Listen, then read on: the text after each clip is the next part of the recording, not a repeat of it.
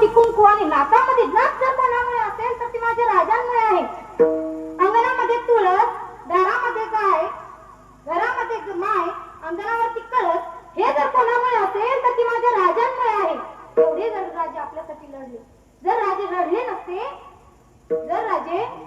नसते तर या ठिकाणी बरं का दिगंबर दादा तुम्हाला परवानगी काढावं लागली असते दिल्लीला तर बादशाह बसलेला असता आणि त्या बादशाहला आपल्याला म्हणावं लागलं असतं, हुजूर हम यहाँ पर संकीर्तन करना चाहते, सप्ताह खड़ा करना चाहते, कि हम कर सकते असं तुम्हाला म्हणावं लागलं असतं. तर ते म्हणले असते सप्ताह क्या होता है त्यातले कुठला असतं आणि तो म्हणाला असतं बाकीचे सब नाही का बैठते हैं और एक खड़ा होके बोल बड़ करते हैं कीर्तन कहते.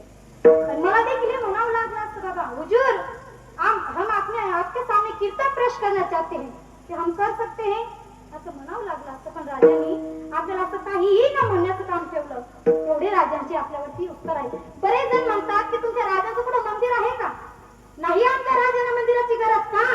अरे कोट्यावधी अब्जवधीचं मंदिर कोणामुळे असेल तर ते माझ्या राजांमुळे आहे. आणि त्या राजांना काय मंदिराची गरज, काय गरज त्या मंदिराची? म्हणून एकदा तरी राजांचं नाव कीर्तनामध्ये झालं पाहिजे. इंद्रजनी जंब कर तार